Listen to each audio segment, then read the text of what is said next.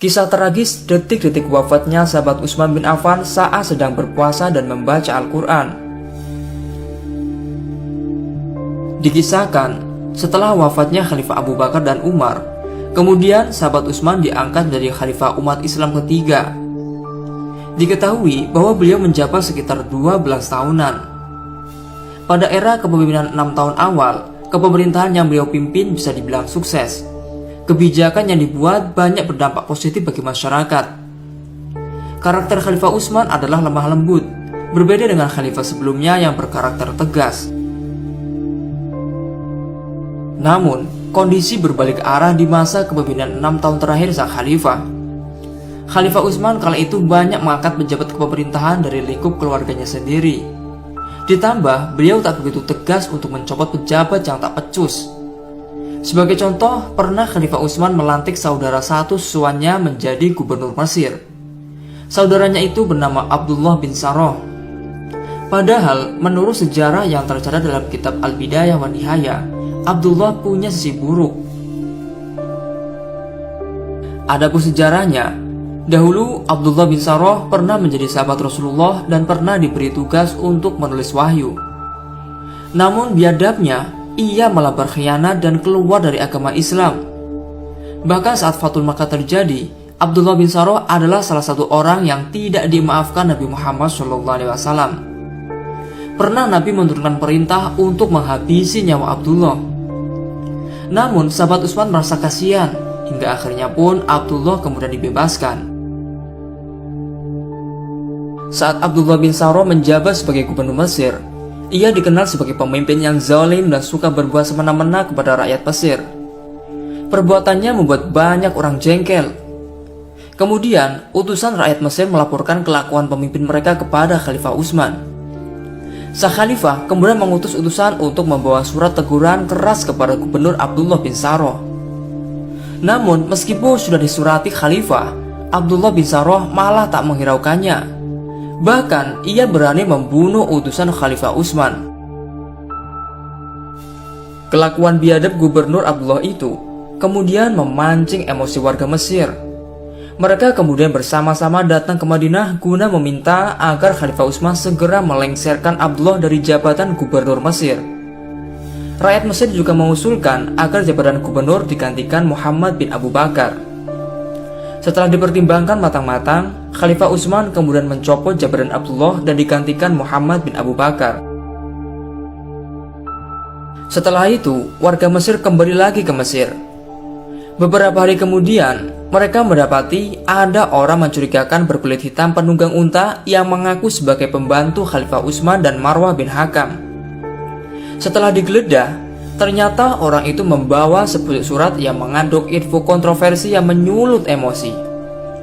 Kemudian Muhammad bin Abu Bakar membaca surat itu bersama orang-orang lainnya. Adapun isi surat itu adalah, "Jika datang Muhammad bin Abu Bakar dan Fulan juga Fulan, maka bunuhlah mereka dan batalkanlah isi surat keputusan pengganti gubernur yang dia bawa.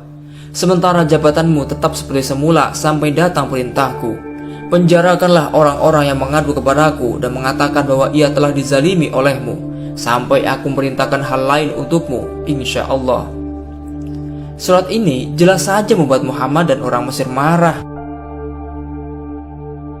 Mereka kemudian kembali lagi ke Madinah dan menyebarkan isi surat itu kepada orang-orang Madinah.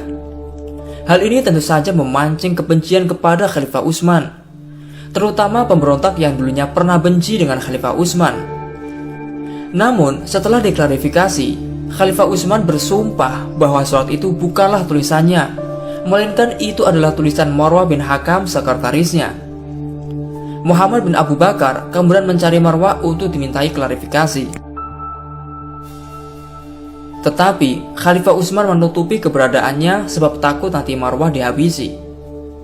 Lalu, muncullah provokator untuk menggeruduk kediaman Khalifah Utsman agar sang khalifah mau memberikan Marwah. Muhammad bin Abu Bakar lalu terprovokasi dan pergi bersama pemberontak untuk menyerbu dan membunuh Khalifah Utsman. Kondisi pintu rumah Khalifah Utsman kala itu dijaga ketat. Namun, Muhammad bin Abu Bakar berhasil masuk ke dalam rumah dengan menaiki atap rumah. Di dalam rumah, Muhammad bin Abu Bakar kemudian menggenggam jenggot Khalifah Utsman. Namun Khalifah Utsman tidaklah melakukan perlawanan dan tak ingin ada pertumpahan darah. Beliau hanya berkata kepada Muhammad, "Wahai putra saudaraku, lepaskanlah janggutku. Demi Allah, dulu ayahmu menghormati janggutku ini.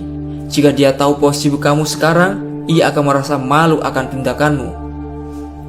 Setelah itu, hati Muhammad bin Abu Bakar terenyuh lalu melepaskan Khalifah Utsman. Sang khalifah kala itu dalam kondisi berpuasa dan memilih menyibukkan diri membaca Al-Quran daripada melawan pemberontak. Namun setelah itu, masuklah dua orang pemberontak lalu menyabetkan pedang ke arah tubuh mulia Khalifah Utsman. Mereka menusuk-nusuk tubuh Khalifah Utsman hingga akhirnya beliau meninggal dunia. Sahabat mulia Nabi Muhammad SAW itu wafat dalam usia 82 tahun. Dan wafat dalam kondisi syahid, berpuasa, dan sedang membaca Al-Quran. Inna lillahi wa inna ilaihi raji'un. Dari sini kita bisa mengambil kesimpulan dampak bahaya dari fitnah dan berita hoak. Surat palsu itu menjadi salah satu dalang terbunuhnya sahabat Rasulullah yang mulia. Jangan sampai kita mudah terhasut oleh berita hoak dan provokatif. Dalam kisah ini, Khalifah Utsman bin Affan mengajarkan kepada kita arti perdamaian dan menghindarkan dari segala upaya pertumpahan darah. Beliau gugur dalam kondisi yang syahid dalam hantaman fitnah dan kejahatan para pemberontak. Semoga kisah ini bermanfaat. Wallahu a'lam bishawab.